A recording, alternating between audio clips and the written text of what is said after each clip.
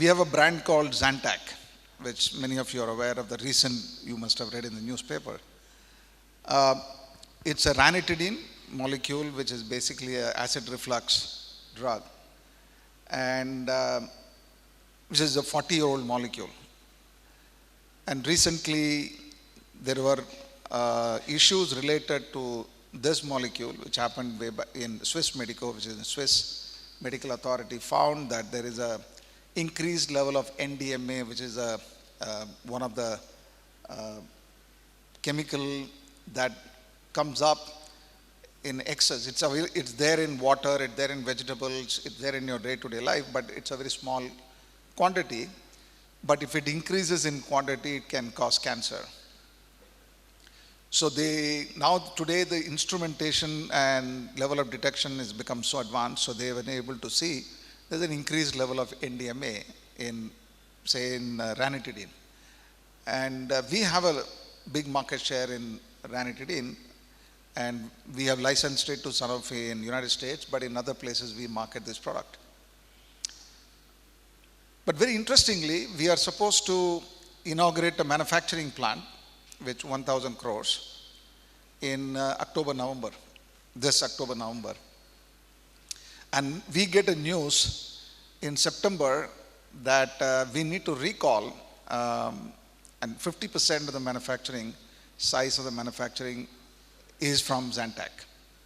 Almost 5 billion tablets we need to manufacture. It's a state-of-art plant.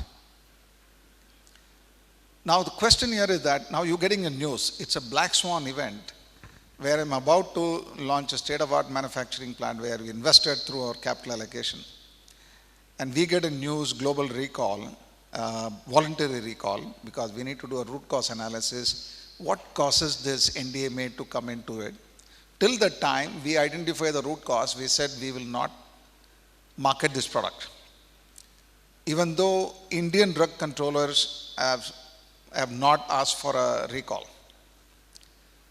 But we as a company, we said till the time I have an information that there is an NDMA increase, till the time we resolve our root cause analysis, 25 scientists are working to figure out the root, because it's a very complicated research we need to do to understand, because it's not very high. 1 in 1 lakh patient, if they consume it over a period of 70 years, the chances are high, but the fact of the matter is that there is a potential. So how do we resolve this? Can we take a call, say that Indian authorities have not said no recall, so we continue to manufacture and wait for the results to come and take call?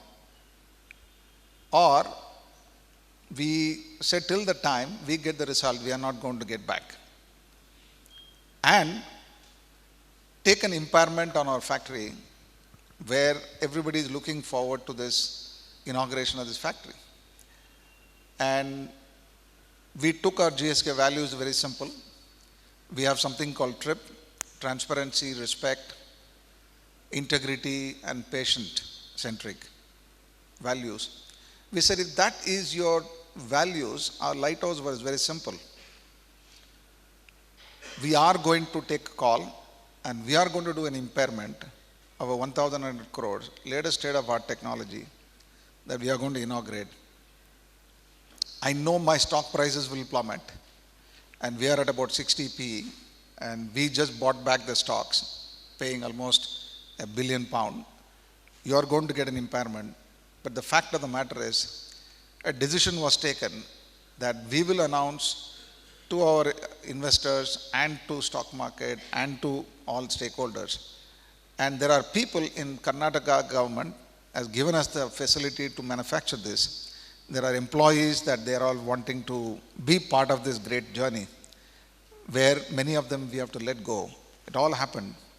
But the fact of the matter is, our lighthouse, you could have taken a decision, I am affecting other stakeholders. What would I do? With my fundamental stakeholder is my patient. Till that time, I have a clear idea, conscience says, it's free of NDMA, or where we can confidently say, because people trust our brand. If GSK says that if Augmentin people are consuming, Calpol they are consuming, there are various brands, they trust us. Is that a big setback for us? 100% it's a big financial setback. But have we done the right things? We believe that we have done the right things. So it's not global. I think it's about a big decision-making time when it comes. How do you resolve the challenge, right? So we need to bite the bullet, and we need to deal with very intense emotional moment of so many people, with so many of us in the room, everybody wanting to go in a different direction. You need to bring back what do you stand for and say we are going to stay put and we'll go and deal with that. And quite obviously we have a mitigation plan, and we need to give confidence to investors we are doing the right things, and we'll get back. So what I want you to do is that ethical dilemmas are the most difficult to resolve. It's so easy to take one which you consider as an easy thing, but when you take the right one, and you can go to sleep peacefully, but I know for sure that there are consequences attached to it.